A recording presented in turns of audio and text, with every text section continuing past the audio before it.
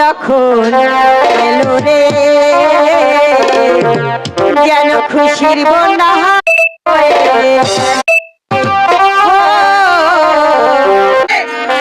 নিজের যায় আমার মন মজাইয়া রে